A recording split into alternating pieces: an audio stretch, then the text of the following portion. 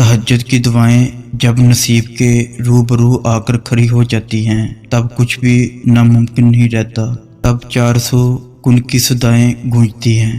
तहज्जुद का खामोश सजदा और ज़ारो ज़ार बहते हुए आंसू अल्लाह कभी ज़ाया नहीं करता। मौजूदों के दरवाजे तो हमेशा से खुले हुए हैं। क्या कभी तहज्जुद पढ़ कर देखी है? तहज्जुद तो खुद अपने आप में मौजूदा है। एक दफ़ा तहज्जुद में अल्लाह से सब कह कर देखो, वो सब बंद दरवाजे कहाँ कहाँ से खुलते हैं। वो रब जो तुमसे सबसे ज़्यादा प्यार करता है, वो जो तुम्हें सब्र देता है, तुम्हें हिम्मत देता है, तुम्हें तहज्जुद में उठने की तौफीक देता है, तो तुमने कैसे सोच लिया वो तुम्हारे सब्र को शुक्र में नहीं बदल सकता। तुम्हारा तहज्जुद तक आना भी एक मौजज़ा है। जो दुआ तुम्हें तहज्जुद तक ले आई है वो भी एक मौजज़ा है।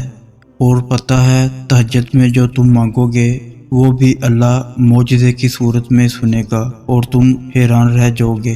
तहज्जुद के सजदों में मांगी की चाहतें अल्लाह क़यामत तक सलामत रखता है। तहज्जुद की खामोशी में बहने वाले तुम्हारे आंसू अल्लाह को राज़ी कर लेते हैं। आपका तहज्जुद तक आना तो इस बात की दलील है कि आपकी दुआ कबूल की जा चुकी है। तहज्जुद तक तो अल्लाह लेकर जाता है, क्योंकि तुम्हारी दुआओं पर कुन फाया कुन की मोहर लगनी होती है। तभी तो कहते हैं तहज्जुद तो सफ़र है कुन से फाया कुन तक का। तहज्जुद तक पहुँचना तुम्हारा बेवजह तो नहीं है, आखिर कुछ तो है जो मुमकिन होने वाला है। तुम्हारी दुआओं की कबूलियत की निशानी इससे बेहतर और क्या हो सकती है। जब वो अल्लाह रात के आखिरी पहर तुम्हें मुलाकात के लिए बुलाता है तब वो तुम्हें अपने दर से खाली हाथ नहीं लुटाता।